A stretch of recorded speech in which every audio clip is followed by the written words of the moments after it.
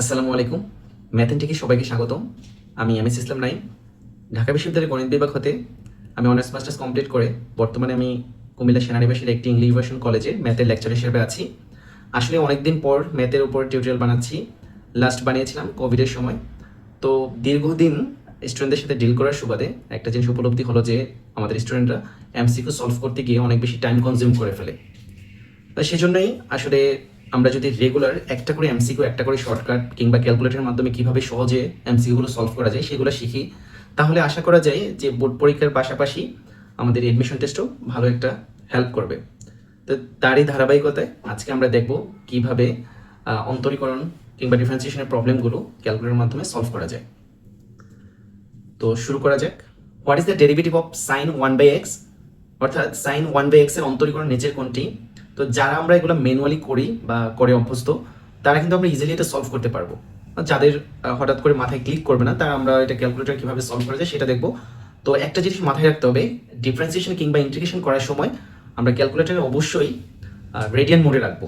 তো সেটা কিভাবে? আমরা শিফটে চেপে মোডে চাপবো, তখন আমরা দেখবো যে বিভিন্ন অপশনগুলো radian mode, gradient mode, degree mode, এই মোডগুলো আছে। তো আমরা মাথায় রাখবো যে ডিফারেন্সিয়েশন করার সময় আমরা রেডিয়ান মোডে রাখবো। রেডিয়ান যেহেতু 4-এ আছে, আমরা 4 ক্লিক করব। তো দেখবা যে ক্যালকুলেটরের উপরের সাইডে আর লেখাটা উঠবে। আচ্ছা, এখন আমরা ডিফারেন্সিয়েশনের ফাংশনটা আনবো, যেটা আছে হচ্ছে ইন্টিগ্রেশন সাইনটার উপরে, যেটা শিফট চেপে আনতে হবে। তো আমরা এখন দেখবো যে এই ফাংশনের জায়গাটাতে আমরা উঠাবো যে সাইন 1/x। তো সেটা কোথায় আছে? সাইন আছে এখানে, সাইন ক্লিক করব, 1 আলফা চেপে এক্স উঠাবো, ফার্স্ট ব্র্যাকেট ক্লোজিং। তারপর সাইডে যে আমরা ব্র্যাকেটটা ক্লোজ করব। এই ডিফারেন্সিয়েশনটা আমরা যে কোনো একটা নাম্বার এগেনস্টে আমরা ডিফারেন্সিয়েশনটা করব। তো সেটা আমরা সবসময় একটা নাম্বার ধরলে সুবিধা হয়। তো সেটা আমরা ধরবো হচ্ছে 0.5 কিংবা 0.2 কিংবা 0.1। তো আমরা সবসময় ধরবো হচ্ছে 0.5। তো তার এগেনস্টে আমরা এটা ডিফারেন্সিয়েশন করব। আমরা দেখতে পাচ্ছি যে এখানে ডিফারেন্সিয়েশন আনসারটা আসছে যে 1.66। তো এটা আমরা একটু সাইডে লিখে রাখবো যে 1.66, এটা আমরা লিখে রাখলাম।